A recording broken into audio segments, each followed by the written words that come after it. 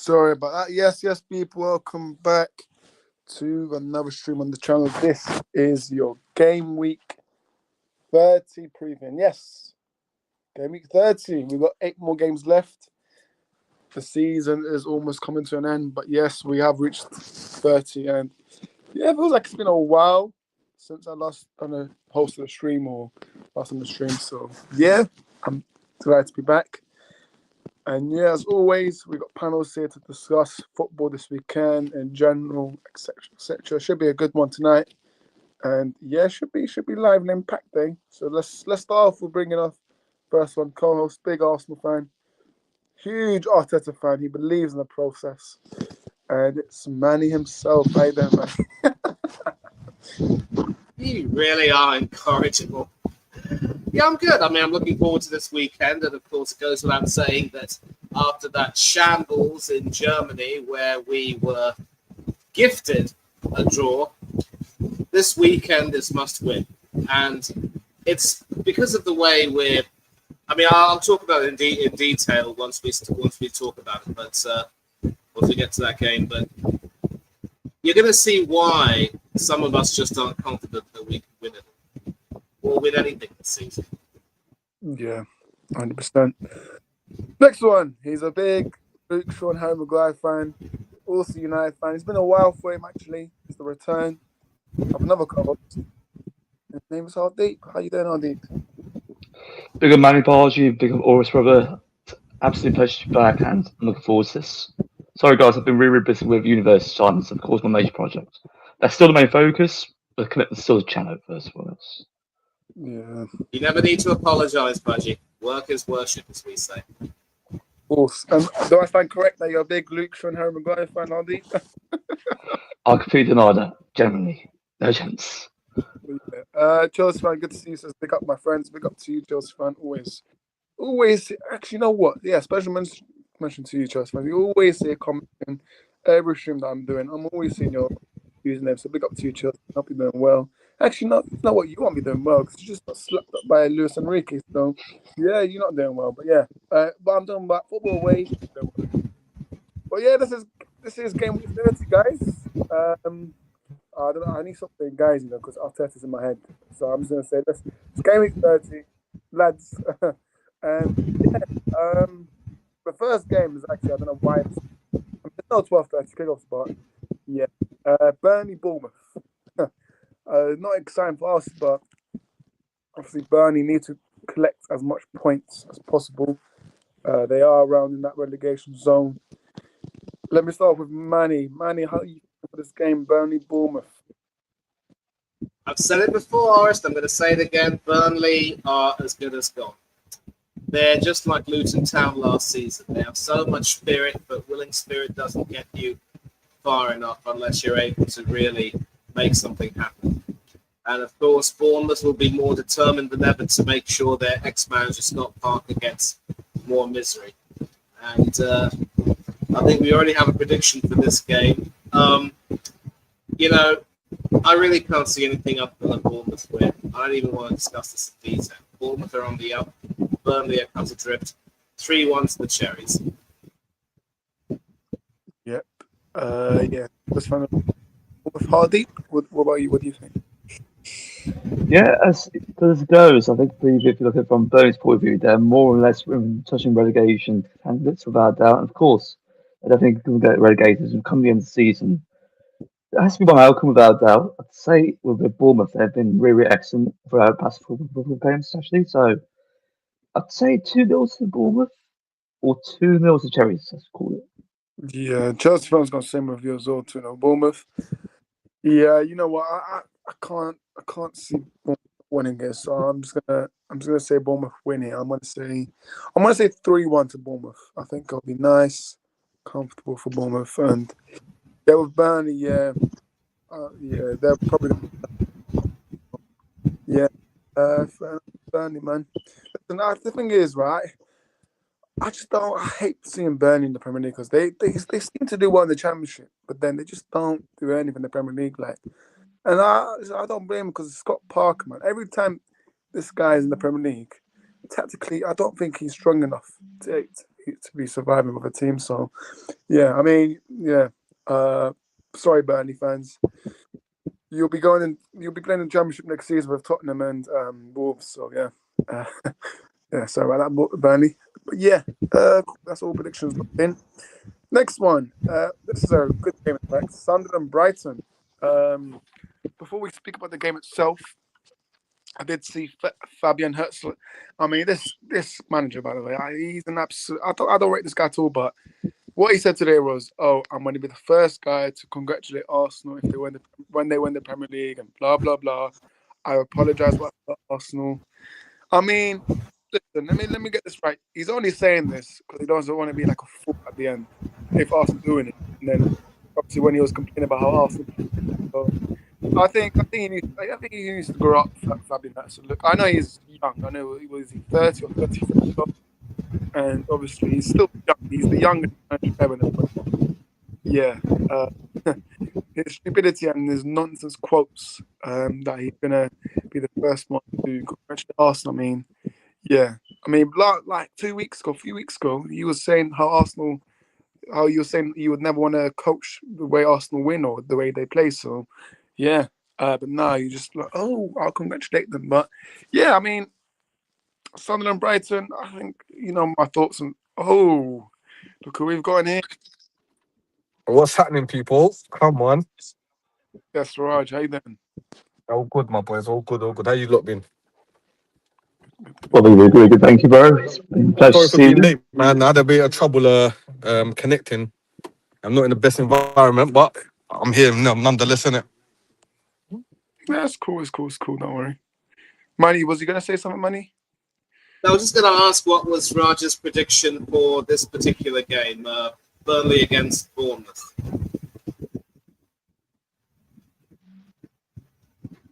Raj? Yeah, Raj, Burnley, Bournemouth. Yeah. Sorry, mate. I couldn't hear you. Say that again. Burnley against Bournemouth. What's your prediction? Oh, Burnley against Bournemouth, Bournemouth has had a nice run of form, but not been consistent enough. I don't think so. That Kroopy guy that's playing up front, is he injured or something? Or is he just fell off?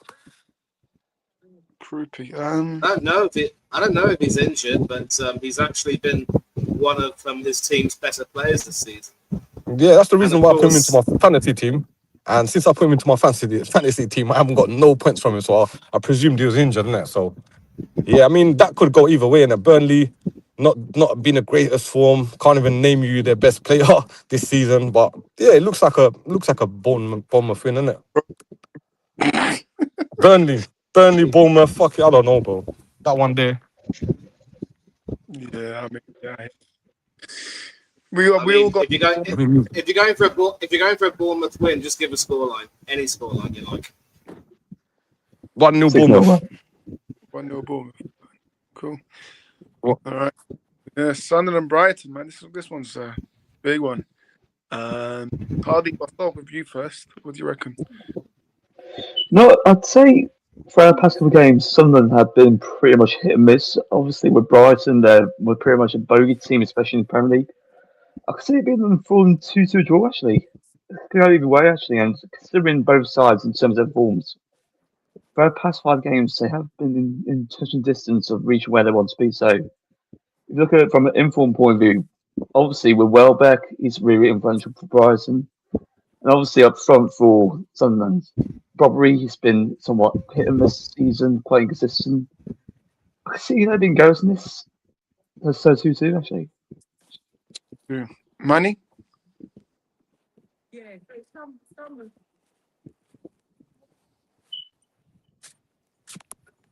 Money? Yeah, I'm sorry, my connection got a little bit interrupted there. I think this game will probably end up with in a Brighton win because you're noticing now that Sunderland, after an amazing start, are just completely started to fall away, and that desperate, poor loss to Port Vale in the FA Cup was just the tipping point, really. On one hand, you could say that Sunderland might possibly start turning the corner because Regis Lebris will know the results have not been good enough. And obviously with Robin Rose having suffered an injury, I think, because Elborg has come in. I wonder if Legree will be regretting letting Anthony Patterson go to Millwall, especially since he started a few games at Millwall, were in a very good position to make the playoffs or even get promoted as one of the top two teams. So we'll see what happens with the way it's going. And Brighton, of course, they were toothless against Arsenal. I think Hurtsler, choked when he named the starting lineup, which didn't have Danny Welbeck in from the very beginning. And they didn't lay a single glove on us. And, that meant that we could literally just, coast to victory without even having a proper shot on target, other than Saka's goal, which took a wicked deflection and which Bart Verbruggen should still have saved, I will maintain, because that was a poor goal to concede.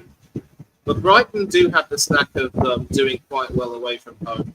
Sunderland are slipping a bit. I see this being a 2-1 win for the Seagulls, so no bad luck from the Black Cats towards Brighton, I would say. 2-1 for the Seagulls. Fair enough. Raj, Sunderland, Brighton, what do you think? Yeah, I mean, I completely agree with Manny there, man. 2-1 Brighton, I go with as well, man. But do you know what it is as well? It's been so inconsistent from the whole Premier League this season, yeah? This could go either way, but yeah, man, 2-1, I say. Yeah, I agree with that. I'm gonna go with Hardeep as well. Not just I'm a copycat, but yeah, I think it'll be a draw in this one. So I'm gonna get 2-2. And also, I think Chelsea fans got 2-2. I think Xhaka has been a very good signing. I think Xhaka has been signing with the season for these lot, man. I'm telling you, bro. He's been keeping them calm, getting them to play proper football and all that kind of stuff, not panicking and all that. So I expected to see more consistency from them, but I'm sure next season, we might see a bit more cohesion from the team, innit? Yeah, Jack has been amazing, and actually, that was Manny's former favourite player as well at Arsenal. So, it's not a surprise for Manny, is it, Manny? Very much. He wasn't my favourite player, and I know that being an Albanian, you have a soft spot for him, of course. But look, I will give him credit for how well he's done at Sunderland. But we're going to see. You know what? Yeah, he kept it ticking. He kept it ticking for you, lot. And same thing with when Henderson was in Liverpool. Yeah, no one really noticed them until they left. The guys that are cheering everyone on. I'm trying to say, talking throughout the whole game, keeping things ticking, and all that kind of stuff. These players go unnoticed and all that. Same thing with Man United with that players like Fletcher and Carrick. And Carrick's more obviously you can see it on the ball, but stuff that happens off the ball, bro. Trust me, them players are important to a squad. Don't worry, we'll be speaking about Carrick very soon because I've got my thoughts. I'm sure you will, bro. Thoughts. But yes, I think we've all said our prediction for this game, and I read Chelsea fans' predictions as well. Whoever's watching, make sure you do send in your predictions as well. Get engaged with us as well. Right, moving on to the next one. Arsenal Everton. Manny, I mean, obviously calamity for you guys in Germany and Leverkusen, but what's the mood going into this game, Manny? What's the mood? Yeah, the worst part about it, Horace, is that, we came into that game in Germany, obviously with a good reputation, having, secured a perfect 100% record in the league stage. But as I've said, when it comes to the knockout stages, there's so much more in terms of jeopardy. But worryingly, if you take a look, there's a bit of a pattern where a large number of our more influential players are starting to really tire out because, they're being run into the ground. Bukayo Saka, Declan Rice, William Saliba, and several others. And we're not getting any sort of clarity from this manager regarding their injury situation. In fact, he's basically just deflecting everything, and the man just can't be trusted. I'm going to say this right now. And that's another reason why, yes, we had a really fortunate turn of events with City drawing to Nottingham Forest, which is a bit of a shocker, it must be said. I think City completely choked there. But if we choke in some of our remaining games and City managed to win, it's still definitely not over. And we will obviously be talking about Manchester United and Aston Villa later on. But one of those teams could even mount a late challenge depending upon who wins on Sunday. So for this game, we might possibly be in a situation where we will have to rest some players. I think Saka looks completely burnt out. Jurriën Timber is also nowhere near the same player he was at the beginning of the season. The only problem is if Benny Blanco or Ben White isn't fit, we might actually have to play Christian Mosquera at left back.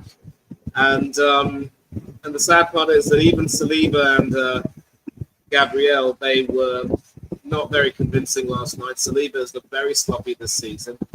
We're still depending on Hinchapi to keep up his end at left back, and he's done that quite well so far.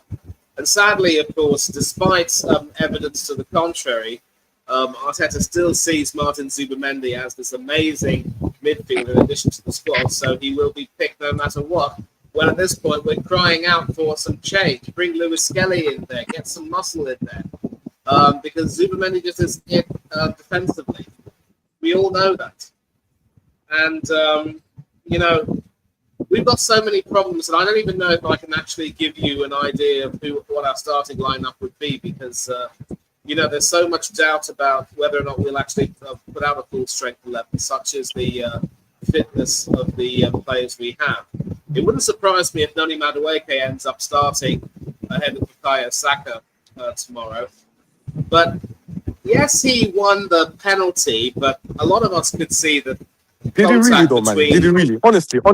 Yeah. I'm going to come to that. I'm going to come to that, Raj. I'm going to come to that, and thank you for asking, because. I have to, man. Yeah, I understand. And listen, I'm going to say this right now. When you look back on that further, you would see that there was almost no contact between Tillman and Madueke. I think Tillman did make a dreadful mistake under pressure by trying to go in from behind, because when you do that, you're always going to, put yourself behind the 8 ball, because the level of jeopardy is that high. But you have VAR to take a look at the contact. And you have people like Adrian Clark, the former Arsenal midfielder, saying that it was a penalty because Madueke was fouled by Tillman's ribcage. I mean, seriously? It was just ridiculous. We scammed the draw. We didn't deserve. Honestly, you know what? Sorry, man. Yeah, I looked at it back here. And then when Madueke took one more step away from the player and kicked back at the player, if he connected with the player, then he would have been fouling the actual defender, bro. Because he's stamping on the player, bro. He could have fallen down. He could have leaned into it. But you know what it is? He saw he ran out of space here, and straight away, his first option, bro. Absolutely.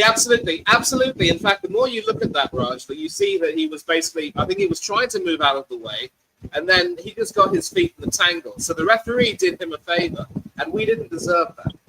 But the underlying issue as well is that several of our players... Another thing as well, Zubimendi should have got a red card as well, bro, man. Because we're talking about Zubimendi, bro, yeah? I've seen Norgard play only like a few games for you, but the games that he has been playing, he's been doing well. So what's going to get him into the squad, bro, after you've seen performances like that from Zubimendi, bro? Because I feel like Arteta's picking players that does what he wants him to do, and I get that complete. Yeah, exactly. That's my issue. I mean, he picks his favourites. He doesn't even pick on merit. He doesn't know how to manage his squad. Anyone that wants to show football, like players like Eze, and that wants to like play actual football and all that kind of stuff, they just get sent to the. Yeah, Raj. I'll come to that. I'll say my piece. I'll say whatever I want to say, and then you can come in. Yeah, I'll say whatever I want to say, and then you can come right in later. So listen, it's just in a nutshell, the way things are going, I really have no confidence that we will, have a convincing win like people are predicting. I know the Chelsea fans predicted a 2-0 win for us. Jonathan has gone so far to predict a 3-1 for Arsenal. But for me, I'm going for a scammy 2-1 win. Because at this particular point, like a lot of other people, as long as we get the points, that's enough for me. But my biggest fear is that the way things are going, we can't sustain it. And we've got some home games against some opposition like Bournemouth and Fulham, who on their day can play some really good football and who will be determined to upset our apple cart. So for me, as long as we get a 2-1 win, it'll be scammy, it'll be dirty. There won't be a clean sheet for David Raya, who I don't rate, by the way. But as long as we get the 3 points, keep that distance between us and City, who'll be playing later on, that's enough for me. But I'm sorry, I still can't rest. And, Lenny Kravitz settings, it ain't over till it's over. You know what? Yeah, I'm not gonna lie. Yeah, I know. You know what? Let's carry on. Let's go to one of you guys first, innit? I want to hear what you guys are gonna say first, innit, before I say something. Yeah, Hardy, what was you gonna say about this game? Yeah, I'd say it's a very huge game for Arsenal without doubt, and of course we've got Everton as well. They've done extremely well under David Moyes' season. Obviously, if you look at the Arsenal's perspective as well, they could possibly get the 3 points against them. However, they could choke. Simple as that. It's the mentality given at the end of the business season. And these total games, if they don't really sustain any pressure or maybe inconsistency, that's City or maybe someone else actually cash up behind them. So, from a tactical point of view, Arteta needs to actually shift it up, change it up a little bit, and also implement much more stronger tactics. And of course, I read a really interesting report from the Guardian. Apparently, look, from a star player point of view, the Premier League in terms of goals have received 28% in terms of set piece goals from the Premier League this season. So, obviously, put it into context, it's been an over-reliance set piece season across different types of Premier League clubs. And of course, if you do rely on set pieces, that won't be sustainable on a consistent basis. So, in a sense, he needs to evolve his game plan and implement better players in the system. If you look at Zubimendi's role, Zubimendi without doubt, of course, in our possession, there's actually really one issue around his actual physicality. But of course, on ball, it's fantastic. Arteta definitely played for his actual ball reduced ability. However, I think Norgard needs to start in there. And of course, if you look at the likes of William Saliba, Gabriel, Saka, and of course Odegaard, who's currently out injured, you have to choose really who's your issue. That's the reason why you won't win the league, in my opinion. I'd say you'll win 3-1. That's my prediction. Fair enough. Raj, what was you going to say about Arsenal?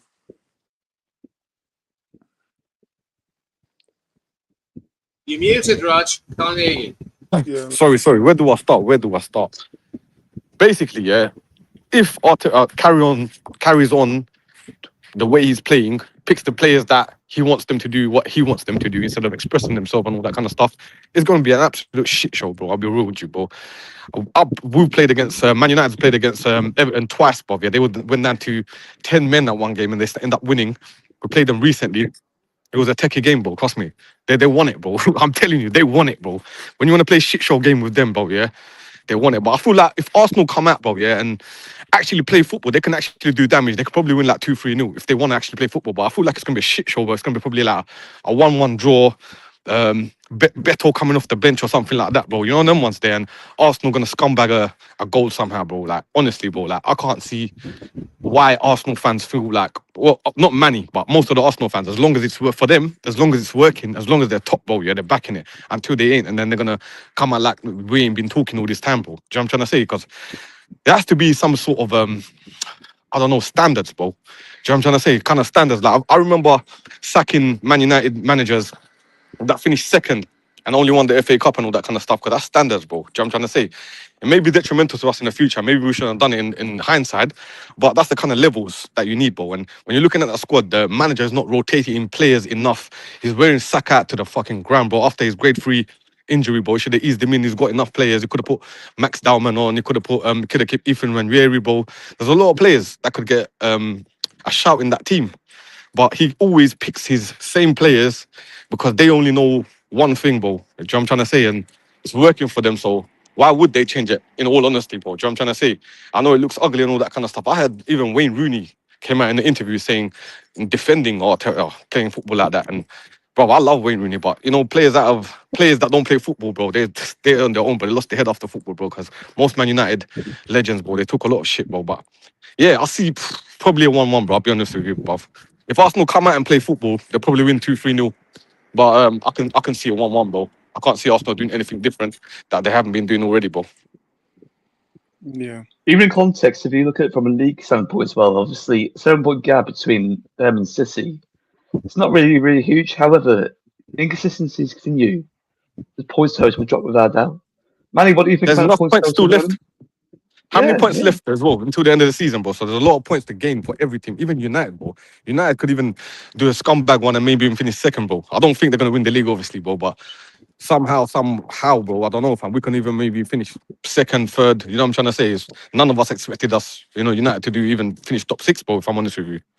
So anything could happen, but this league's just been so inconsistently crap, bro. Yep. Yeah, you know what? I actually have a question for you guys. So, obviously, if you look at the Premier League this season, it's been an evolution in the style of play. What do you guys think of it? Do you think it's become less intense and less proactive? I think, do you know what? Me personally, I think there's too many teams rebuilding or trying new things out, bro. Yeah, and sometimes it works and sometimes it don't. But because of the pressure of the Premier League, they don't have enough time to implement anything, bro. And time is something that you won't get in the Premier League, innit? Yeah, I would agree. And, one example, of course, is, Aston Villa are a team that will be, continuing to have to sell before they can buy. And we'll come to them later, obviously. And so, it's going to be very difficult. It's always going to be very difficult for some of the new players they have to try to bed in. And in fact, we'll come to them later. But yeah, this league has been exceptionally, competitive, but that's because a lot of the top teams have been so inconsistent. It's really scary. You see Liverpool, Manchester City, and several other teams just, falling off a cliff.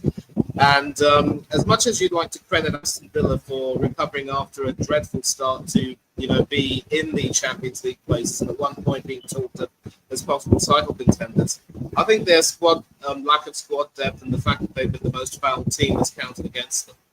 So, I'm gonna have the last word on this, and then we'll move on because we've spoken a lot about it.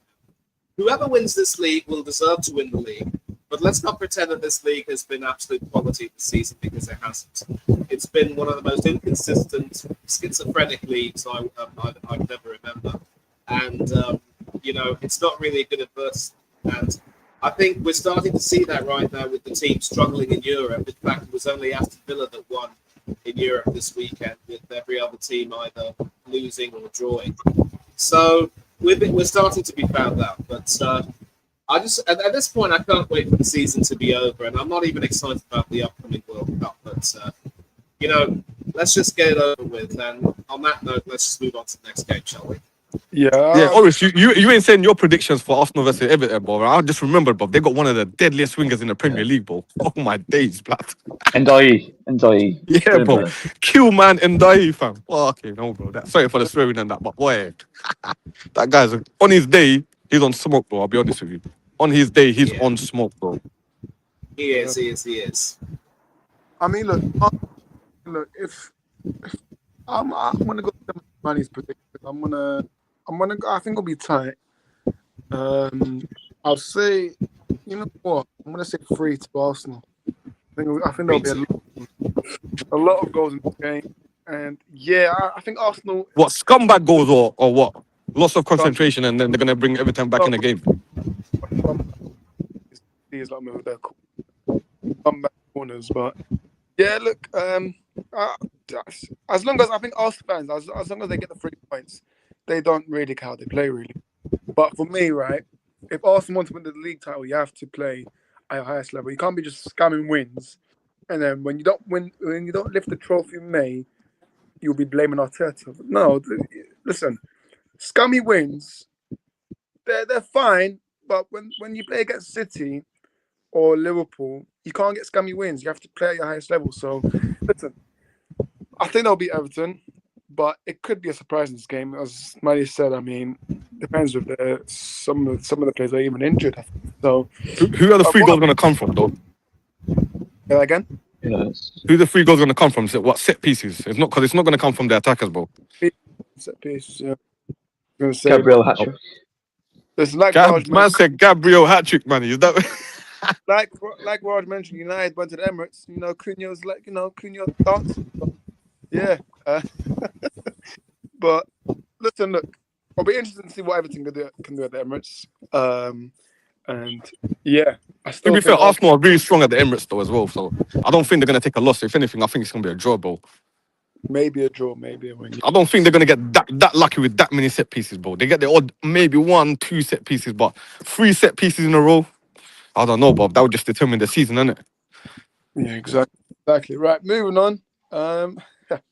Next game, we've got Chelsea, Newcastle. I mean, yeah, all I'm going to say was, where is Hanno Trollope? Because, as soon as Chelsea appointed Liam Rossignol, he's not been here. He's not been on the stream.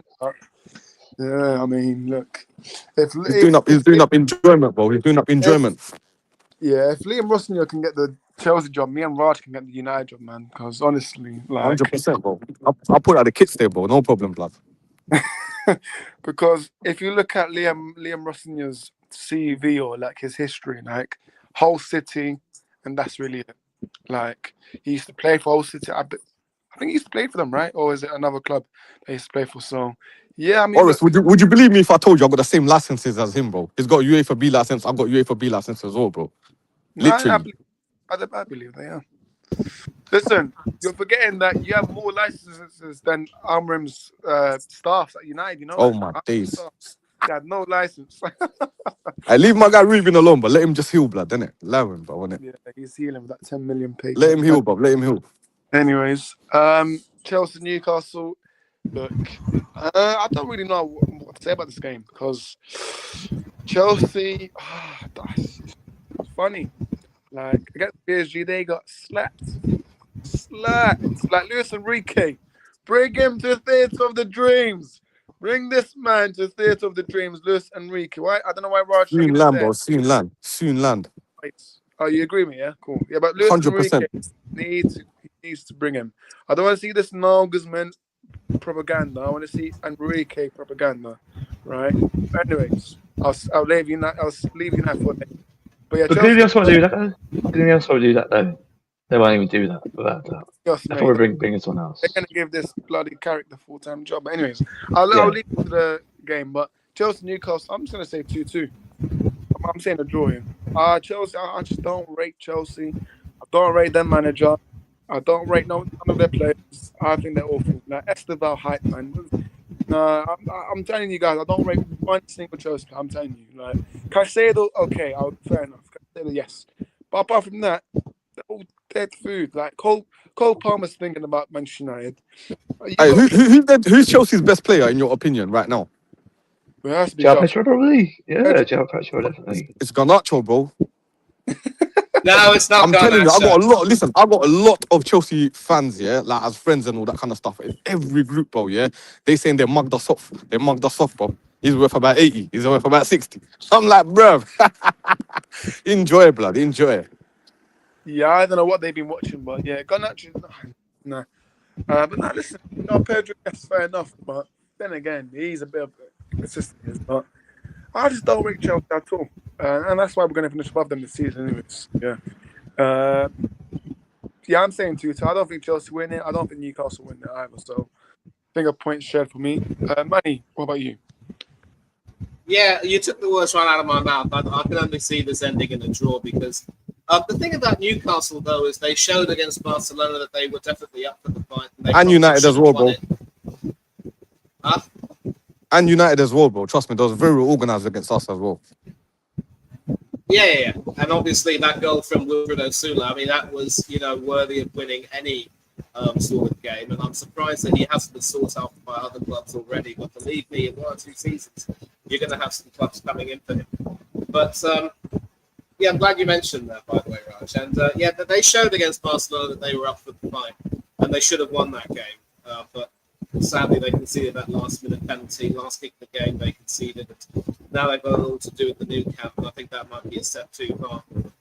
And as far as Chelsea are concerned, you know what? They're just completely inconsistent. And I know a lot of people are going to crow about the win that they had over Aston Villa Park, but I'll tell you what, there were a lot of decisions that shouldn't have gone their way. Ollie Watkins was fouled more than a few times, and the referee just waved it off. And there were so many fine margins that, Chelsea really didn't deserve that win, in my opinion. But having said that, Villa also imploded a little bit. It was good to see them recover some pride somewhat with that win over Lyon in the Europa League. But Chelsea just looked completely inconsistent, devoid of really that much in terms of matchday quality. They're a team of good individuals, but they can't really gel together. And I'm not too sure that this experiment with Philip Jorgensen in goal is really working as, people said it would. I mean, it isn't as bad as the Kinski-Vicario situation, but, I really can't see very much from this. And I know that Jonathan's gone for a 2-2, Loris has gone for a 2-2. I think there will be some goals in this. Both teams can definitely score, but neither team are going to win. So that's another investment from me. Yeah, fair enough. Hardy? Do you know what? I'm going to go for 4-3 Chelsea win, actually. Obviously, if you look at it from inconsistency point of view, Chelsea are pretty much inconsistent, but if you look at it from Newcastle's point of view, defensively, the past couple of games, they've been quite organised, quite pragmatic, and of course, anyhow, without doubt, is a decent manager. Is he the one to actually take them forward from their perspective? I'd say with Chelsea, they've got great individuals, but they aren't really working as a team. They aren't really operating as a team. That's the reason why their strategy in bringing in, let's say, under 25s. It's not sustainable long term, and of course, tactically, he might be a decent manager. But Rosinha, he's not the one to take them forward, so I'd say 4-3 Chelsea. 4-3 Chelsea. Raj, what are you thinking, man? Yeah, well, I got like a different opinion, bro. Because honestly, bro, yeah, Newcastle have surprised me recently, bro, how organised they are and all that. Because there's a few players that have been outstanding. Players like, like Anthony Gordon and that. But there's one player that's been proper outstanding for me, but that's Lewis Hall, bro, yeah? Because recently I've been in a group chat, yeah, where people are asking me whether I would choose Cucurella over Lewis Hall. And I said, Bob, Lewis Hall, and everyone laughed at me and all that kind of stuff, saying, he's just any guy, he's just a steady Luke Shaw and all that kind of stuff. But I've seen I don't know if it's because he's got loads of leaders in his team, and that's what makes the difference. Or if it's just if he's playing for the spot for the World Cup. But that guy's been on job, bro. And I ain't gonna lie to you, I've seen Newcastle play the last 3-4 games, apart from the one that they played against City where they lost. I feel like they was organised until they lost. Because I don't think they should have started that Osulu guy, yeah, just because he scored the winner against United. They should have kept the squad that they had in the beginning, bro.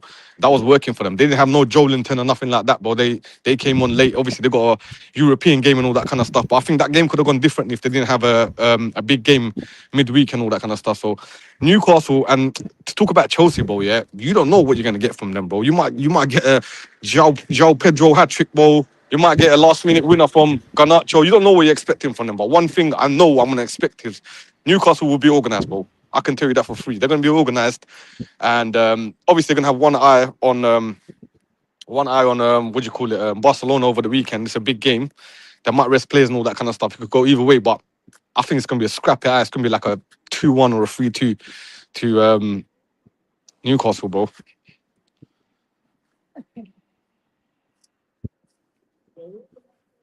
Yeah, 2-1 Newcastle probably, bro.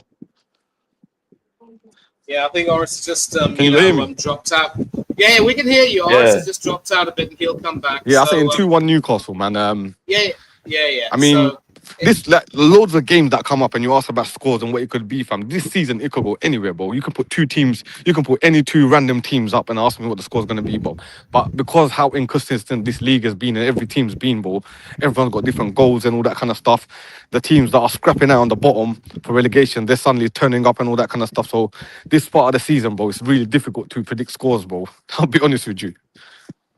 Yeah, I agree. And just talking about inconsistency, we're now moving on to the next game, where Manchester City have been so inconsistent this season. Yeah, that technology. They're still, but they're still at least technically and mathematically in the title race. But Guardiola has now come out and said that if they fail to take, let's move it on from Oris. If they fail to take any points at the Olympic Stadium, London Stadium, then City's title challenge is over, regardless of what happens between City and Arsenal at the Etihad. Now, I'll start off, but go ahead. Sorry to cut you off, but I think that's mind games from Pep. Like, I don't think he'll ever rule out a title race. Yeah, and that's the thing, like you said it perfectly, because the way we are right now, this is the stage where we are starting to drop off, and you will see a drop off in performances. Whether or not we will get the points we need and the goals we need will remain to be seen. But City now have their work cut out because they're playing after us. This is the late kick-off on Saturday. And so I know West Ham have had a bit of an upturn in form, but the problem is, when you put them under enough pressure, they can still crack. And they're still dependent on the likes of Jared Bowen and a few others to try to, get them out of jail. And it's not really, really healthy. So I think a lot of people are just overestimating whether or not West Ham will stay up, especially in lieu of Spurs' struggles. But I just don't see West Ham getting even a point from this. It has to be, for me, a 3-1 City win. And that's where I'm standing on this. Hardy, what about you? Can West Ham something? Well, it's definitely the realms of possibility that West Ham could get a really, really huge result in this game. But I'd say City, in terms of the momentum right now, I think they're probably in touch distance of win maybe 2 to 3-0 actually. I can see him being really dominant performance from City. However, given the fact that it's Premier League season, and of course with West Ham being in relegation zone, you can't really rule him out, especially under Nuno Espirito Santo. He's a decent manager, especially when relegation happens. But if Guardiola is definitely determined to actually win the league, especially through his actual mind games, I'd say City will definitely put them through the source. So 3-0 to actually City actually. Raj, if you can hear me, West Ham City, your thoughts? Yeah, so can you hear me? Yeah. Loud and clear. Yes. Yeah, West Ham ain't got a chance, bro. I'll be real with you, bro. They rely heavily so much on Jared Bowen, bro, that you can just see it, bro. It's so easy to set up against a West Ham side that are so heavily reliant. This Cristiano's the left winger of this, he's been coming to form of late, but Somerville, he's been coming to form of late, bro. Yeah, I got a friend that's a very, very good West Ham fan and all that kind of stuff. He told me about him a long time ago, but I don't think that's going to be enough to do anything to Man City. Man City are going to be on smoke, but Pep Guardiola is one smart manager, bro. He's been resting reindeers and these turkeys and all these mans for the business end of the season, and this is where they show up. I think them lot losing is going to cause a reaction into Pep, bro, because like him, he's not really. He don't really take interviews too lightly, bro. Trust me. I remember someone questioning him about his squad selection, all that kind of stuff. Yeah. And someone questioning him about his squad selection, all that kind of stuff. But Haaland's been missing, bro, for Man City, and the guy that's been showing up is Semenyo, bro. This guy is definitely going to score, but I feel like it's going to be like a City 3-0 maybe, because they do need to make a statement, bro. Trust me. Especially with Arsenal playing as well this weekend or whatever it is. If Arsenal drop points, it's down to Man City to make them points up, bro. Because Man City have been dropping points too. Yeah, no, 100%. I'm gonna say 3-1 Man City win, but yeah, I know West Ham fans they wanna win because they wanna stay above Tottenham and not, they wanna put Tottenham down and relegate. So I hate West Ham fans, but I'm sorry, but I think City will be a bit too strong for you guys. So yeah. It's good you said 3-1 because I can see City maybe even conceding because the defensive they've been shit as well, bro. Defensively, bro. Really? Yeah, they have. Very inconsistent. Jonathan so enough. All right, then moving on. Palace versus Leeds. I mean, Palace. If anyone watched last night, oh my goodness me. I mean, booze, running around outside us park because they drew 0-0 to. I don't even know who they played, but yeah, what I'm gonna say, it was not a good result for them. And again, this is another. I've said this. I'm gonna say this for the 100th time now, right? But Oliver Glasner, you were wrong for saying that you were gonna leave Palace during mid-season because you don't do that in public because that means the players have nothing to play for. Like if I was manager of Palace, I'll just keep my future to myself, and then when the season's done, I announce it. But I hate. I kind of disagree with you there, Oris. I kind of disagree because you know. Can I just state why though? Yeah, because you have to understand. Yeah, if a manager is not getting backing though, yeah, to reach his full potential, Bob. Yeah, he knows his future, bro.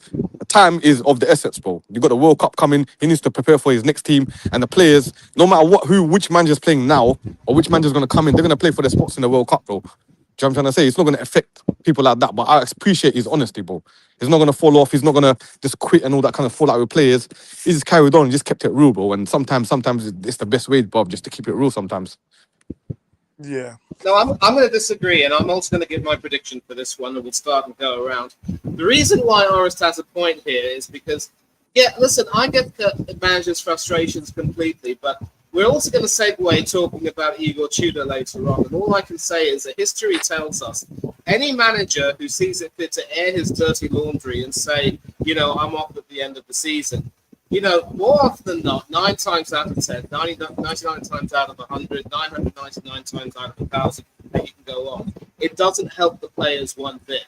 And it is fair to say, of course, that the feel-good factor after their FA Cup win last season has long since been, dissipated because obviously they've lost Eze, they lost Michael Elise before that, and Mateta as well.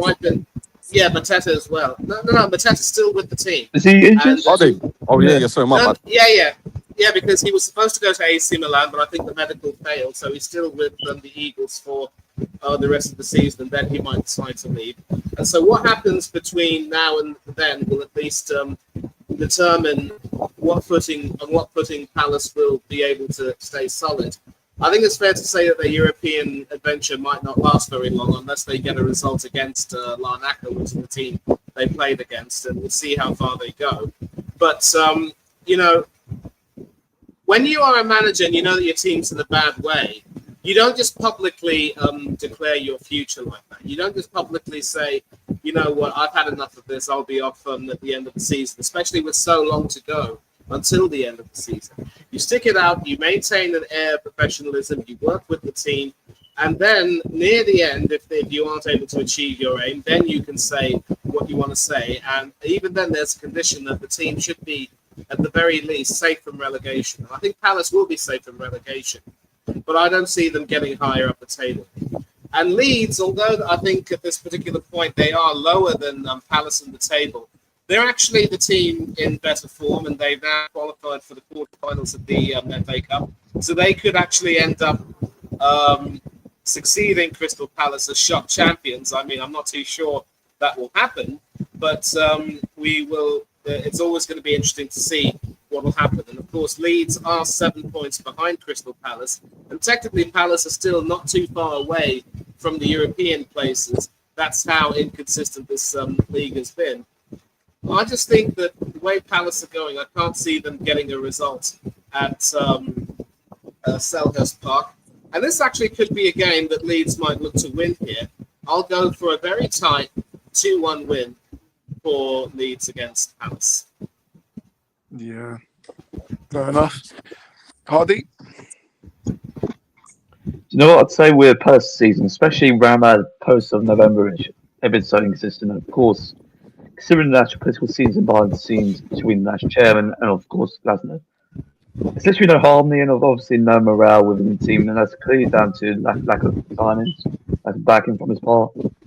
Of course, on the pitch, they've been so dreadful, and it's clearly down to his tactical decisions, to the fact that it's implemented strong in the situation in terms of tactics.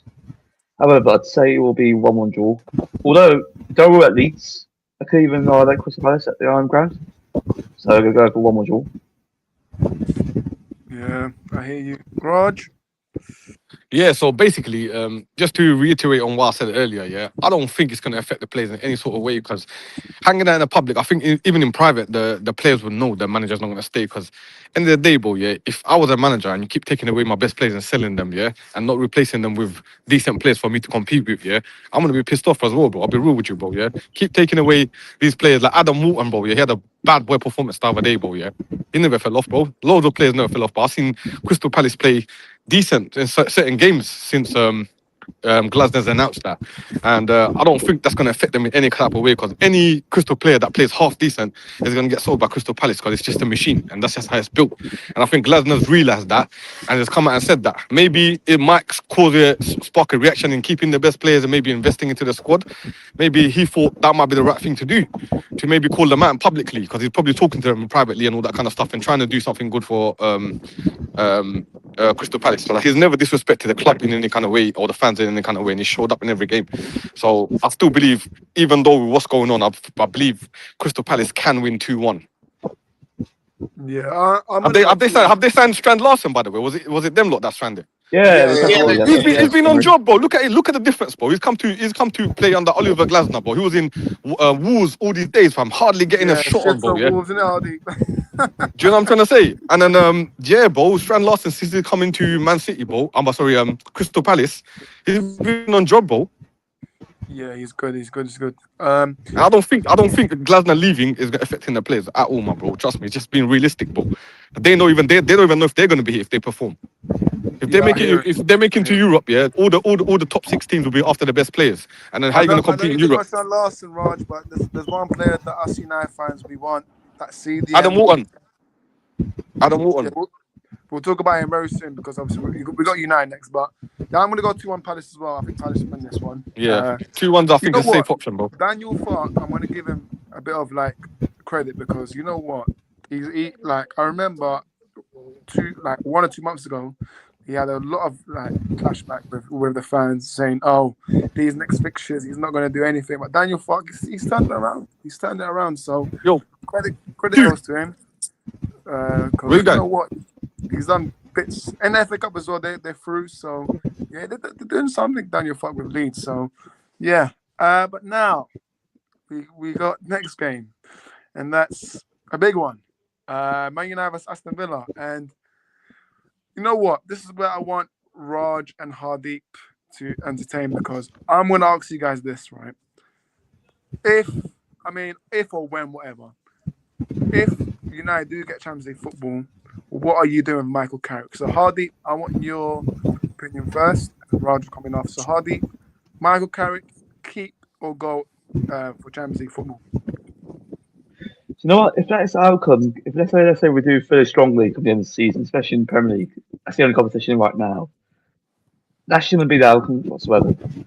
Let's just end it on really amicable manner and also let him go. Obviously, with Enrique, if you look at the situation at PSG, you know, something to be actually pointing the best in class. Get the guy at PSG and lure him over here and give him the support he needs. However, let's say we do give it to Carrick, or based on nostalgia rather than quality. I'll be definitely based on nostalgia and, of course, fan-driven results and, of course, fan pressure whatsoever. That's just my opinion, actually. I'd say with Carrick, he needs to prove himself elsewhere, somewhere specifically in the Premier League. Let's say if Tottenham were to stay up this season, and hypothetically, they'd actually stay up at around about 16th position, and a JJ job was supposed to be available. That being an opportunity would be great for him to develop experience. In contrast, we should be going for someone even with a bit of pedigree, and of course, a better tactical acumen. So no, I wouldn't say. Raj, Michael Carrick, keep or go? Well, this is a techie one, but I'll be real. It's one of them ones where I'm not thinking that far ahead about a manager yet because there's so many different factors, bro. Yeah, so many different factors. Certain managers, we know they're leaving the clubs. Certain managers are gonna need to get in there early, bro. Do you know what I'm trying to say? Like literally on the last day of the season, we need to know that Carrick's going, all that kind of stuff. But in the same time, we need to see how our season's going to finish because we still need to finish in top four, bro. Just because we're third right now doesn't mean it's a sure thing. Right now, it's just the manner of which we finish. And to be honest with you, if we can carry on playing, and if it's sustainable, the first few games that Carrick was playing, I don't know if it's if it's down to him or if it's down to the back staff, but we need some sort of respect in the changing room, like, you know, someone that the players respect. And I feel like Luis Enrique will be the only person, if I do replace anyone with, will be him. Or I'd rather keep Carrick, I'll be honest with you, bro. We'll work on it and we'll see what's going on, bro, yeah? But with the United thing, it's a big job, bro. There's got a lot of expectations coming. We've had so many big names come into United and fail miserably, bro. Do you know what I'm trying to say? I mean, it's miserably for us, but for other teams like Arsenal and Liverpool and all that, that's, you know, they'll love to win the FA Cup and all that kind of stuff, Europa Leagues and all that kind of stuff. But for us, lot, we have to stick to our standards and have some sort of person that leaves a level of standard, bro. I feel like everyone's behind Carrick right now. No one's falling out with him, but I'm hearing he's giving the players more time off and all that just to make them happy. And I can see that on the pitch, bro, resonate on the pitch. Honestly, bro, they look tired and they only got one game a week, maybe one game every 10 days.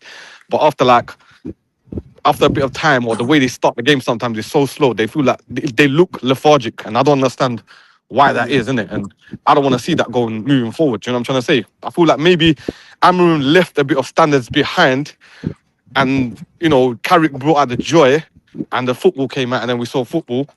And I think they might have it, under Carrick, they might have it a bit too easy. Do you know what I'm trying to say? It might be times where, like, you know, I can't see an angry Carrick in the change room trying to change things around and all that kind of stuff. But yeah, if anyone does, I mean, I prefer Luis Enrique over anybody, bro. Yeah, I was going to say this. Look, I absolutely love like Carrick as a player. He was amazing, you know.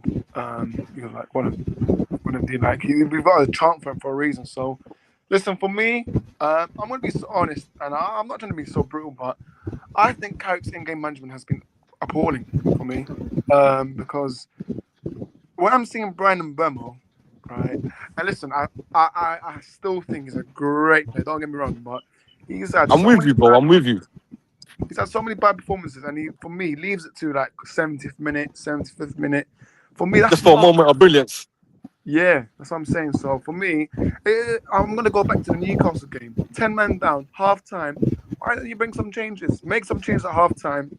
Bring It's on true, bro. Xerxes, It's true. bring on Ahmad. But for me, look, Carrick, I hope you do get us top 3, and whatever happens, I hope it's the best decision. But for me, Steve Holland, I like the backrooms of Steve Holland, etc., etc. But I'm gonna make I like this tiki-taka football, bro. I like it. I'm not gonna lie, bro. That against City, against Arsenal, I've seen it, but I like it, bro. Do you know what I'm trying to we say? don't But what I see don't it understand. against the other teams. That's the problem. We see when it. The thing is, I'm wondering if it's down to if we've got the players to play that consistently, or is it because of just a moment of okay, this is what we're training, so it's okay to us, bro. But we need players that actually good with their feet, like the Cunhas and the Brunos and all that kind of stuff. We can't implement them in with the Ugates and do you know what I'm trying to say, fam? It needs to be a cohesive thing, innit? Yeah. It's I'm gonna read. go Go on, Adi. You made a really point, guys. Obviously, if you look at our system right now, we've got a mixture of different types of players, in terms of profiles, of playing low block, big blocks, and high blocks. If we aspire to actually reach the likes of Arsenal, Manchester City, we need to change. We need to be aiming for the best. I thought mediocre simple as that. Yeah. I'm going to read the comment from Jonathan. He says, we could get one of the experienced managers, but nothing's guaranteed. What if a few weeks into next season they fail? Everyone will say we should have kept Carrick. I would give Carrick a chance, says Jonathan. This is what I'm thinking, bro. This is what I'm thinking, bro. Do you know what I'm trying to say? And I remember last time, honestly, I think it was a year ago or 2 years ago, when you asked me when we was after a striker, yeah, and we was after Rasmus Højlund, bro, yeah, or someone like that. Who did I tell you I wanted, bro? I forgot. Name me. Benjamin Sesko, bro. Remember?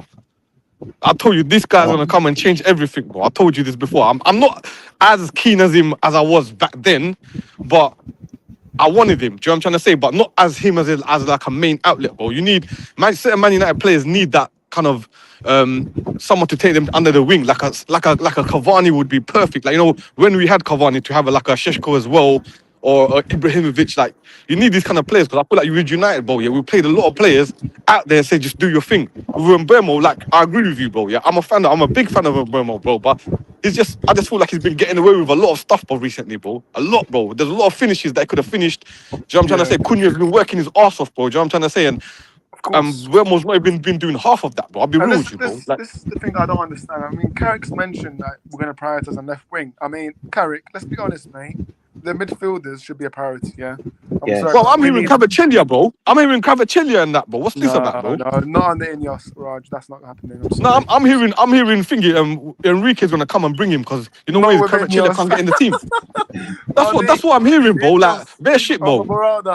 You know me. I don't believe all that, bro. You know what I mean? I don't believe all that, yeah. But I'm here, bro. This is like multiple sources telling me fucking Kvaratskhelia and that, bro. What the hell?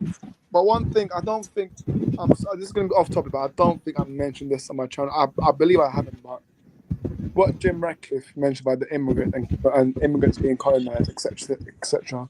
I mean, Ratcliffe, you know what? My parents are immigrants. I'm pretty sure half of my viewers on the channel are their parents or themselves immigrants. My United itself are based on immigrants, players like Amad Diallo, etc., etc. So that comment that he made a few weeks ago, I mean, I don't know how half this fan base are trying to get this guy out of this club, because there's a nasty interview that he did, and it was very cheeky because the next day he came and apologized. But listen, you know what you were doing. He's a Nigel Farage best mate, and yeah, I'm not surprised. So, to be honest with you, Horace, yeah, you know what it is, bro. Yeah, people. I like the fact that people expose themselves. Sometimes social media it's so dangerous that you end up exposing yourself. And to be honest with you, me even talking about it, bro, I think we're all in like together in what you're saying, bro. Yeah, against Jim Radcliffe and all that kind of stuff. That if a fool talks about a fool, bro, people from outside are not going to be able to tell which one is the fool, bro. You know what I'm trying to say? It's just a fool. And the thing is, it's hard being a United fan because there's a lot of factors that go into all this and things outside of football that we can't control. But to be honest with me, I'm just concerned about the football, bro. To be honest with you, things that we don't have control over, we can't do that. Of course. But listen, let's get to the game because we are spending too much time. So, United Villa, I'm going to go first. I think we're going to have a fantastic Sunday. And I'm going to go with a 4-1 United win. I think we're going to absolutely do I think we're going to do our job. I think United is going to get slapped. And you know what? 4-1. I think Sesko to get 2 goals. And you know what? I'm going to go with Cunha and Casimir as well. So, Oh, yeah. Hardy, please tell I don't me know you're what you've been the same smoking, as bro. me. Hardy. Well, say that it won't be whose school I'm about that, but I'd say 2-1 Manchester I win. But 2-1. even on the face of Come it, on. if you look at it from a Vers point of view, they're still very, very depleted. But of course, Emery's actually a better manager and, of course, a better tactician than Carrick himself. You got to look at it from the natural resource point of view. But we do have better players without a doubt. So, of course, if you look at it from Vers point of view, they can actually got in terms of quality that I have. Produce members of brilliance, but we need to get a win without a doubt. If we No, we lose have this, to win. This game is our have to biggest win. game of the season. We have to win. If we don't win this, say bye-bye to top 4. Raj, what are you thinking? Completely agree with you, little bro. Fucking, if we don't win this game, we can say bye bye to top 4 because after this, you ain't gonna see no consistency from United. If we lose this game, we'll see no. But saying that, I it's not want to gonna be see an the easy game, reaction bro. from the Newcastle game. That's what I want to see. The reaction from the Newcastle. What have we learned? Like in training, what have we done? Exactly, Will you improve? exactly, That's the bro. question. Exactly. Yeah. We've had all these days to prepare for this game, bro. Yeah, I want to see what they got, bro. Exactly. Manny, what are you thinking, Manny? Sorry. Yeah, listen, let me also start by, offering my opinion on the Carrick issue as more of a neutral. Obviously, I know for a fact that Hardeep does by another Portuguese manager, whose name I do not want to repeat, Costa, and his best days in club management have long gone. Let him manage Portugal and then ride into the sunset happily ever after. Solskjaer came in and did a wonderful remedial job, but the next season he was found out. And then, of course, the now Austrian manager, Ralf Rangnick, as we all know, came in to, steady the ship. And then we all know what happened after that. So with Solskjaer had one of the best Man United squads pre Alex Ferguson, post Alex Ferguson, I believe. That midfield of Pogba, Bruno, oh my days, bro, and the attackers that they had, bro. We're just ashamed that we had a very bad midfield and bad defenders, bro. Trust me. Okay, well, be that as it may, that just sort of underlines the fact that although Mourinho was able to win a League Cup and a Europa League, he also did quite a bit of damage to the the morale of the squad. He left them in a mess, and Solskjaer cleaned it up. But I would also say that next season he was found out. And, after Carrick's brilliant start, if you look very carefully, they've started to slip a little bit. They had a draw against West Ham at the London Stadium, which I think they probably should have won. And then, of course, that game against Newcastle, I was expecting it to be, a United win, but Newcastle showed, despite their inconsistency, that they were definitely up for the fight against United, and they were organised. And that goal from Osula, as I said earlier, was fit to win any game. So there's a bit of a dip. And you also cannot ignore the fact that Carrick has had the advantage of playing only one game a week, while teams in the Has that made a difference at all, though? Because I've seen them, Man United, rest like 7 days, and then they look like they're bare tired that they've been playing Champions League games, bro. And that's the thing. See, in theory, you would think that playing one game a week would be, beneficial. But as an Arsenal fan, I can tell you that we had that supposed advantage in 2021, 2022. And it didn't do us any good because we ended up losing top 4 to a Spurs team that sacked their manager midway. Manny, sorry to disturb you, bro. I remember Chelsea playing one game a week and they won the league, bro. Okay, well that's fine, but then different strokes for different folks. That's Chelsea, and I don't remember who the manager was then. It might have been Antonio Conte, I think. Yeah, because Mourinho actually got sacked in the middle of that season. He completely burnt his bridges, and that's why I say that man's best days in club management are long gone. But what I'm saying is that for the likes of Arteta, it proved to be non-beneficial, and even with Carrick as well. There may be a limit as to how far they can possibly go, although I will say that some of the football that's been played has been really good. But then when you have a situation where next season you will be playing in all 4 competitions again and will be hoping to go further, it will be interesting to see how far you go. And after the Solskjaer experiment, I think it is a case of once bitten, twice shy. So if you have an opportunity to bring in an experienced manager to start afresh, who knows what he's going to do, who has a clear vision, then, it would be unwise not to consider that. But Carrick can, leave Manchester United knowing that he's done a brilliant job and he will be very much in people's good books. And I like Adib's idea that he could possibly end up becoming the new permanent manager of Spurs, because the prospect of them going back to Mauricio Pochettino, I mean, yes, he provided some good, provided some good times, but Spurs didn't win anything under him. I'm hearing Ruben Amorim might go for the Spurs job, bro. No, listen, I'm gonna tell you guys something. Look at how deep. Now, listen, we'll talk about Spurs later on, but we need to finish, the United Villa thing. So I think Carrick will stay until the end of the season, get Manchester United into a strong position, and then he'll probably leave with the cheers ringing in his ears. And so this game is going to be crucial because both of these teams are joint third with United ahead on goal difference. And as both you, Orest, and you, Raj, have said, if United lose, then that could be the end of your top four hopes. But a draw would also suit you well because Villa also have the added pressure of the Europa League. So they're going to try to make sure knowing this Villa team, they can go on a very good run late in the season, get some points and, fight their way up the table. But they're also going to try to make sure they have a good Europa League run. And some of their players are coming back. John McGinn came back from injury to play a few minutes. So Yuri Tillemans might be on his way back. Matthew Cash missed the game against Lille, but he should be fit for Saturday, although there will be a final decision. I think United will win. Don't get me wrong, I think they will win. But I completely disagree with people who say there's going to be an absolute blower. I think, that 4-1 loss at home to Chelsea, for me, would be a watershed for Villa because they know that they cannot allow themselves to play as badly as they did that day ever again. And if they do, then that could be the end of their hopes of qualifying for CL, for the Champions League, via the league position. So I think Emery now seems to have an idea of what he could possibly do, what players he can use. It will be a United win, don't get me wrong. It could very well be that Benny Sesko scores another late winner. But I'm going to go for a 2-1 United win. I think both teams are going to compete very hard and be a classic Old Trafford clash. And don't discount Villa. They're going to want revenge after last season. But 2-1 to United. Yeah, fair enough. Jonathan says, you know what, I want us to smash Villa, so I'm going to say 5-1. But it will probably be a lot tighter. Jonathan, we all want to smash Aston Villa, yeah. But right now, bro, looking at United right now, bro, yeah. And all honesty, bro, yeah. I'm the first to defend United, yeah. I think we've been getting away with a lot of stuff recently, bro, and I think we might be exposed and all that kind of stuff really, really soon, bro. Honestly.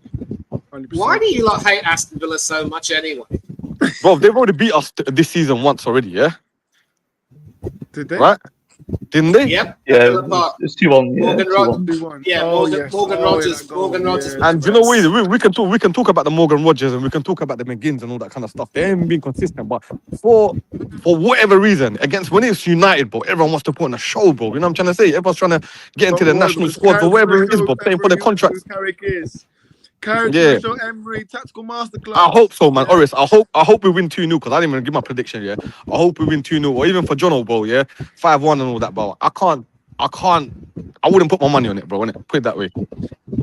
Yeah. But also, I'd say this as well. If you look at Luke Shaw as well, Luke Shaw defensively has been so inconsistent, especially for our games. Yeah, some people do actually want to start in 2026, really.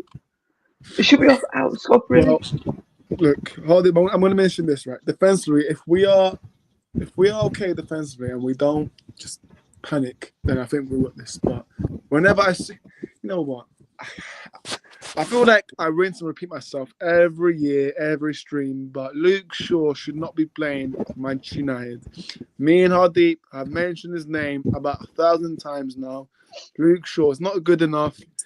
If he wasn't English, United fans will throw him out of the club. But because he's English, there's English tax from the fan base. He's awful. We're stealing a living, bro. We're stealing a living. I'll be real with you, bro. He's stealing a living. Yeah, go get Lewis Hall. Yeah. Oh my days, man. Go get Lewis Hall, bro. Come on. I'll bring back Dogu, cuz. I had him back in training, you know. Dogu for left wing, maybe. Yeah. You know who we're missing as well? One player that we're missing, and it's been vital to our form, yeah, is Martinez, bro. This guy, line breaking passes, bro, press resistance, bro. He's been. I had Delit's back in training as well, yeah. But you know what is? As long as Maguire's doing decent, bro, it's going to be. That's right. When Maguire leaves, then we'll be probably next season. Because I feel like did it keep getting injured again and again, and rushing is not going to be any making sense, bro. So till the end of the season. Yeah. I'm trying to say, Maguire, what's the point of giving him a new contract? I saw from Solly Talk tonight. He did tweet about Delete. I think he's doing some rehab. He got a massive back injury, and back injuries they're so painful. I'm jumping. Back injuries, so yeah, it takes some time for back injuries, man. So Delete, listen, he's been out since November, man. Can you guys believe that? Since November or December, he's been out. So yeah. Listen, let's move on. We've got 3 games left. Forest Fulham. Woo, Forest Fulham. I'm gonna say 2-1 Forest win. Manny. I disagree. I think Forest are starting to, feel the pressure. And the fact that Forest are still not quite able to get it together means that Spurs shouldn't be too worried about relegation, regardless of what happens. They didn't look at all good when they played Midtjylland last night in the Europa. And again, it's vindication for Ange Postecoglou because at least in this same fixture, they scored 2 goals. I just think Forest really have, this season has definitely come up with the way, Marinakis has run the club, sort of like a Greek mafia boss. And as much as I admire Forest's history, I wouldn't be too sad if they went down. And as far as Fulham are concerned, they're going through a pretty poor time right now. Obviously, a home loss to West Ham United and another poor home loss to Southampton in the FA Cup. And, they do need to turn the corner, but I just think they will find their way against this Forest team. And just expect the likes of, Iwobi and Jimenez and company to get their act together against a Forest team that are also in serious relegation trouble. And I think, it'll be a 2-1 win. And of course, I could talk and criticise the likes of Fulham and Sunderland and others for not taking the Cups seriously. But that's a debate for another day, because I know as Manchester United fans, you'd kill to be in the FA Cup right now. Oh, yeah. Absolutely. Because especially now that we're one title away from matching you lot. Yeah. Hardeep, what's your prediction for this game? Well, I'd say we're Forest right now. They're so shambolic, basically. And of course, they're actually in the position to potentially getting relegated, of course. But when Manny touched on Fulham being in very poor form, especially for the past couple of games, I can see them actually causing an upset. I can actually see them winning by 3-2. Yeah, even at vice grounds. So yeah, 3-2 to Fulham actually. Okay, fair enough. Leach is so good the way he pocketed hard. Yeah, exactly. Yeah, of course. He's been an important player. They always said that about Sandro Martinez, but it's just the injuries that kills him. Like, yeah, I would have been so happy, but with the fact that when a player like Sandro Martinez, when you get injured too many times, I think then you just need to find a different career, man. Like for me, as much as I rate and appreciate Sandro, like I think the best way is if he gets another injury, then I think we have to move away from him. Jonathan says 2-1 Fulham. Fair enough. I see a lot of Fulham wins here. Fair enough. Chelsea fan did go with a 1-1. Okay, fair enough. Cool. Right, moving on. We've got 2 more games left. Liverpool Tottenham. Oh boy. I mean, I'm laughing because this is 2 teams, like bogey teams. Liverpool bogey team, Tottenham another bogey team. So it's just 2 crap teams, playing each other. But I would not be surprised. Well, no, I'm not saying it. I don't think Tottenham win here. I was gonna say I wouldn't be surprised if Tottenham win here, but no chance. But on these sports tactics, that's one to think about, guys. Because if Liverpool draw this game, then Liverpool fans will be fuming. Where do you even start with Tottenham? Great question, Jonathan. Hardeep, I'll go with you first. Where do we start from Tottenham? Where do you start with Tottenham, for instance, as per their actual manager? Obviously, if you actually heard his interview recently, especially in his press conference, he was actually calling out the players, and of course, that's your ownership, and as well as actual media press. But move on to the result, I'd say if you look at it from a context point of view, Liverpool right now, they're actually in really, really terrible form as well as Tottenham. I'd say Liverpool are probably going to annihilate them by 5 goals to 1. Yeah, 5-1 Liverpool to me, actually. 5-1. Yeah, 5-1. I can see it being really kind of a scoreline. You know what? Why? I don't know why I'm putting the surprise face, but Harley, did you see the injury list for Tottenham? Oh boy, Manny, I mean, you're loving life. Like Arsenal top of the tree, Tottenham about to be playing Portsmouth away next season. What's your thoughts on this game? Listen, I said it's not over because there are some worse teams than Spurs right now. Forest are definitely not really in a good place right now. It has to be said, and that's why if Spurs manage to beat Forest at the Tottenham Stadium, which is unlikely but not impossible, then they are effectively safe from relegation because I do not see Forest recovering from that. It could effectively be between Forest and West Ham to decide who joins Burnley and Wolverhampton going back down to the Championship. Yep. But I don't want to waste too much time. I want to say big up to Henry Wright from Henry Talks Tottenham, who actually gave an important squad update saying that Spurs are going to be without Christian Romero, Mickey van der Ven and João Paulinho. That's a huge chunk of their defence. The only question is how many are Liverpool going to score at this point. I'm confident now of going for a 4-1 Liverpool win. I would not be surprised if they score more. At least, under Ange, when they played this fixture in that fight last season, they lost 6-3, but Spurs scored 3.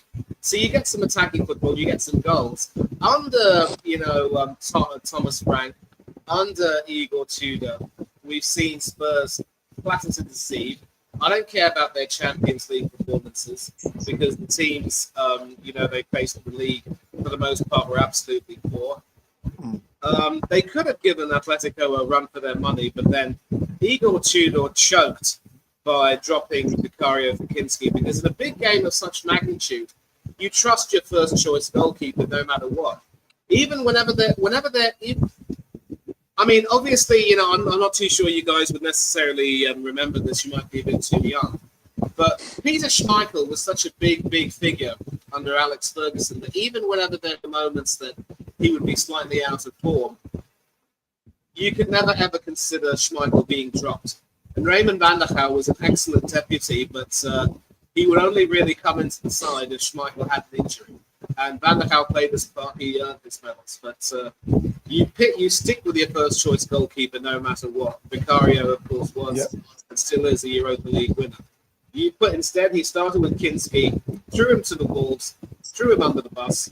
That's poor man management. I wouldn't be surprised if he ends up bringing Vicario back. And whatever happens, if I see Tudor being sacked after this, and whoever they bring in until the end of the season, whether it's it could be Harry Redknapp. It wouldn't shock me, but personally, I think the man has done his dash as a manager. He's in his 80s. He doesn't need that. Do we see Ange coming back, guys? Ange Postecoglou? It would be spectacular, but I really don't think it'll happen. I don't think he would want to, join a club with only 7 games left, have all that pressure on him. He is a terrific motivator, and he would definitely get the players up because the players did love him, and they probably still do. But I just think it would be far too, it would be far too much of a risk for him personally, and he deserves better. I could see him going to manage Fulham next season once Marco Silva leaves, because Fulham will need a more ambitious manager to try to take them up to the European places and maybe have a few cup runs. And Silva isn't really capable of that. But listen, 4-1 to Liverpool, and Tudor to be sacked after this game. He was the wrong appointment. Thomas Frank was the wrong appointment. And to all of those Spurs fans who were gleefully, hounding out Ange and who were delighted to have gotten rid of that useless kid who couldn't manage, a booze up in the brewery, who were delighted to get their proper manager, Thomas Frank, you deserve this. You deserve every bit of this. I don't think you'll get relegated, but no team is too big to go down. And if you do get relegated, you deserve this. You Ange outers. Not all the Spurs fans, but definitely the Ange outers. Yeah, that's a dig at Harry right there, because Harry was just mate. Yeah. But yeah, I'm going to give my prediction. I'm going to also tell you guys something. So yeah, prediction-wise, yeah, I'm going to go Liverpool winning. Surprised, but yeah, I think Liverpool winning. I think it'll be 3-1 Liverpool for me. Raj's gone with a 5. How many 5-1s have we gone with tonight? Yeah, 5-1s. Cool. Yeah, I'm going to go 3-1 Liverpool. I think Liverpool will Imagine if go it's 0-0 though. Imagine if it's 0-0. 0-0. I mean, listen, we got to come in. Yeah. Jonathan says it would be the most Spursy thing for them to go and beat Liverpool. I doubt so. Sorry, Jonathan. I know it might happen, but I don't think so. I really don't see it.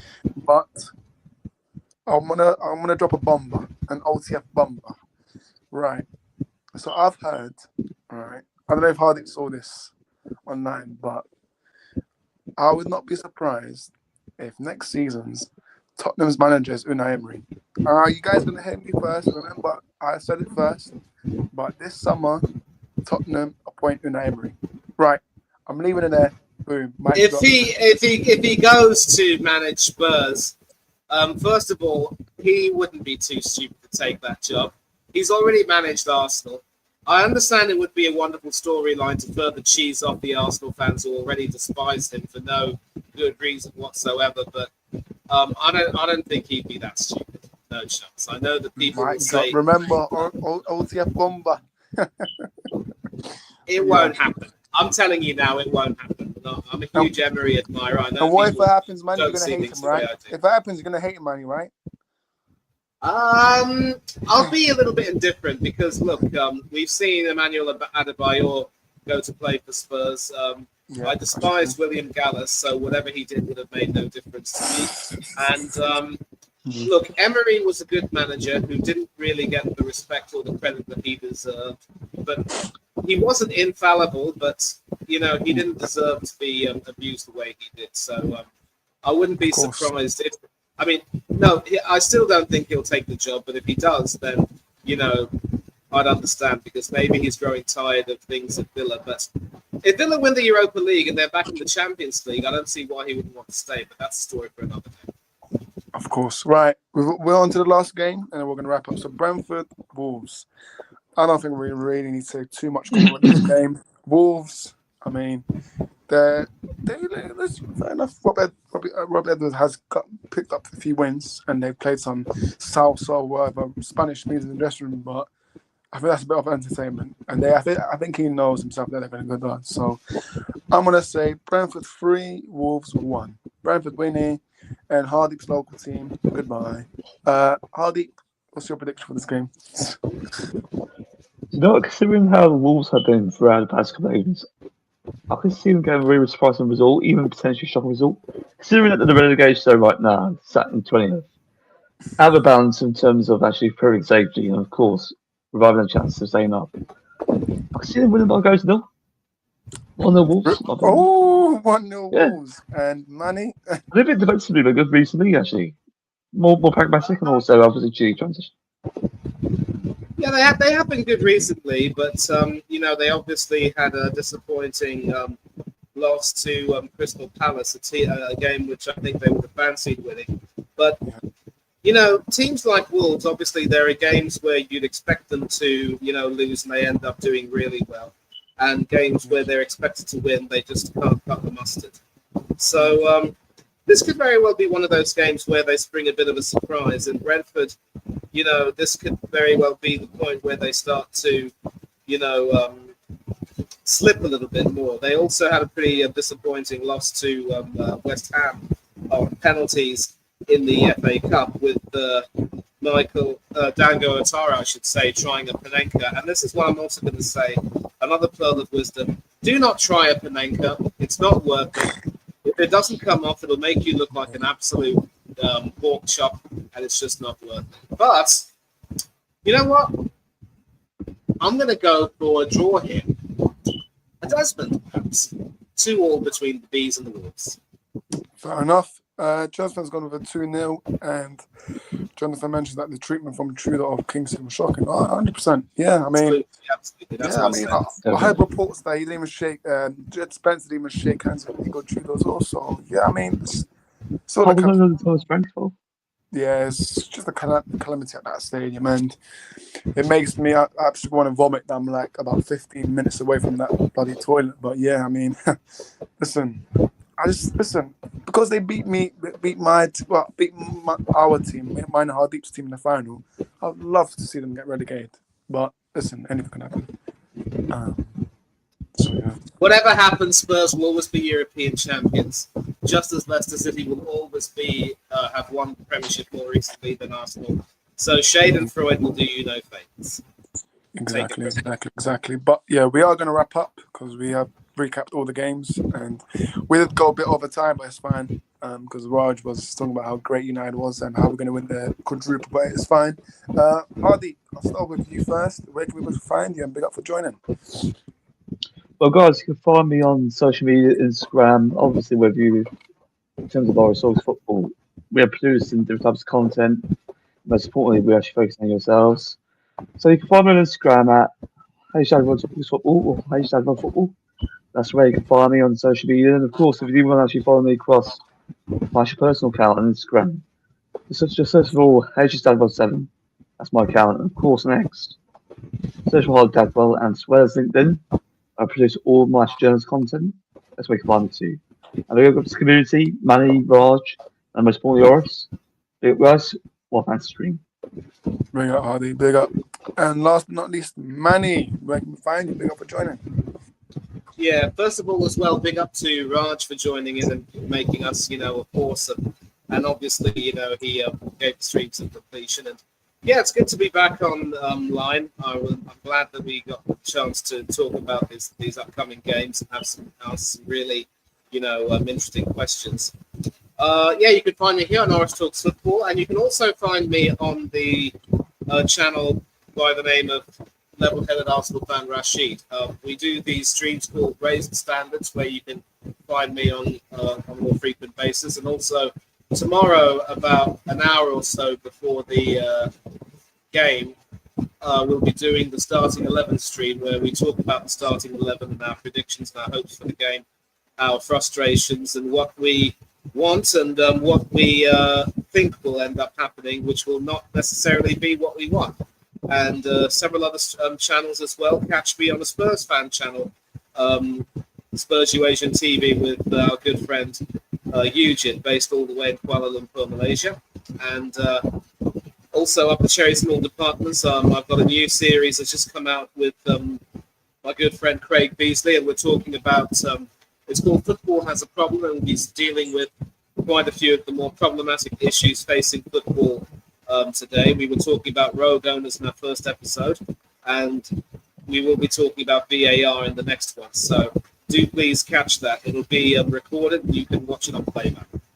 And there are several other channels that I could mention, but I don't really have the time, but they're all very close to my heart and have played a big part in, helping me, get some sort of a following here on YouTube, and I'm always going to be very grateful.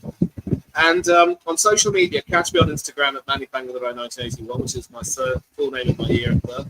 If you want to catch me on Twitter, it's my surname in my year of birth, Fangler1981. And nothing much else to say except to all our Muslim friends, if you are fasting for Ramadan, I would like to say Ramadan Kareem, and I hope that your penance and prayers will be deservedly rewarded. And I hope you'll also take care of your health. And apart from that, nothing much else. It's also Lent as well. So to our Catholic friends and other friends who will be observing penance this month before Easter, I hope that the Lord will reward your penance handsomely, and that you will also be blessed. Apart from that, nothing much else except, as always, enjoy your weekend, take care of yourselves, be safe, be happy. Don't do anything that the panel and I would do, and do unto others as you would have others do unto you as always. And echoing Jonathan's thoughts, enjoy the weekend, whatever you do, and enjoy the football. Until then, God bless, take care of yourselves. I'm out. Big up, Manny. Yeah, big up Jonathan as well. Says, hope you all have a great weekend, whatever you're doing, and enjoy the football Reds. Yeah. Thank you, Jonathan. Likewise to you, my friend. And yeah, hopefully United do win. And yeah, we'll see what happens. But Before I do for the outro, big up everyone that's tuning in the comments. Big up to Manny, Hardeep, and Raj. I'm happy that we made the stream tonight because I didn't want to do a stream. So yeah, big up to you guys. Big up to all my Muslim followers that are doing Ramadan. Obviously, I know we're close to an end now to finishing up.